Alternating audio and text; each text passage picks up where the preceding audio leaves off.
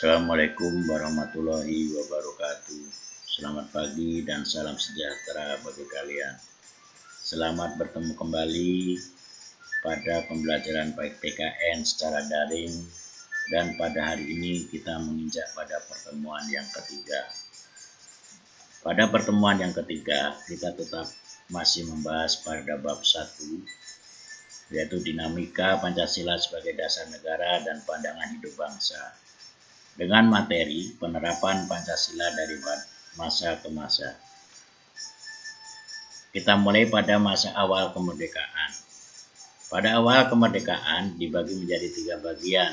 Yang pertama periode 1945 sampai 1950. Pada masa ini, dasar yang digunakan adalah Pancasila dan Undang-Undang Dasar 1945 yang presidensial. Namun dalam prakteknya, sistem ini tidak dapat terwujud secara baik, walaupun penjajah sudah dapat diusir. Persatuan rakyat Indonesia mulai mendapat tantangan dan hambatan dengan munculnya upaya untuk mengganti Pancasila sebagai dasar negara dengan ideologi lainnya.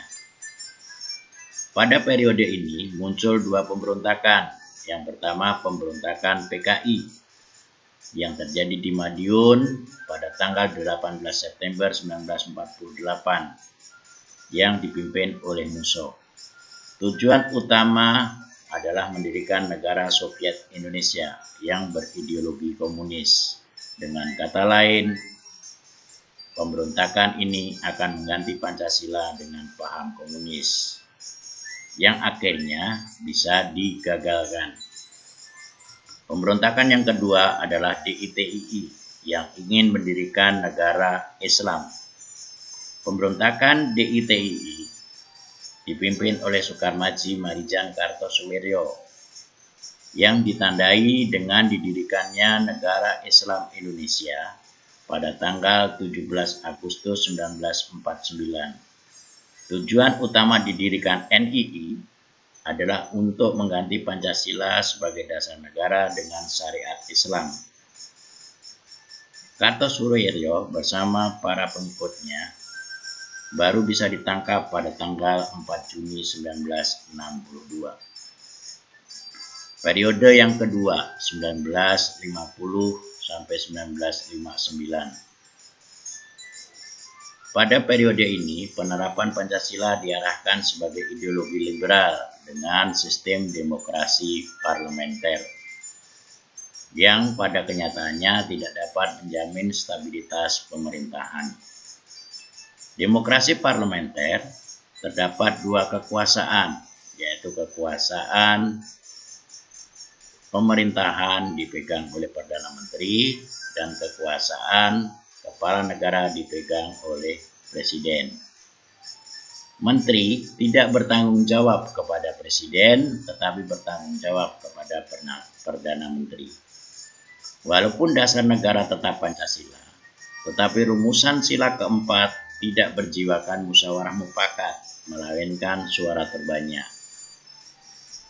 Pada periode ini, dalam bidang politik terlaksana pemilu yang pertama di Indonesia, yaitu pada tahun 1955, yang dianggap sebagai pemilu paling demokratis. Periode 1959 sampai 1965. Periode ini dikenal dengan demokrasi terpimpin, di mana kekuasaan tertinggi bukan berada di tangan rakyat, melainkan berada di tangan presiden sebagai pemimpin. Maka terjadilah berbagai penyimpangan penafsiran terhadap Pancasila dalam konstitusi yang mengakibatkan presiden menjadi sangat otoriter karena diangkat menjadi presiden seumur hidup. Munculnya politik konfrontasi dan menggabungkan nasionalis, agama, dan komunis yang ternyata tidak cocok dengan kehidupan negara Indonesia.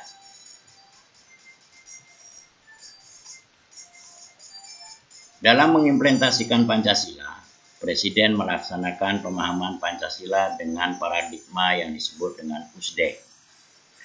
Untuk mengarahkan perjalanan bangsa, Presiden menekankan pentingnya memegang teguh Undang-Undang Dasar 1945, sosialisme ala Indonesia, demokrasi terpimpin, ekonomi terpimpin, dan kepribadian nasional. Akan tetapi, hasilnya terjadilah kudeta PKI dan kondisi ekonomi yang memprihatinkan. Pada periode ini terjadi pemberontakan PKI pada tanggal 30 September 1965 yang dipimpin oleh DNID. Tujuannya mendirikan negara Soviet Indonesia serta mengganti Pancasila dengan paham komunis.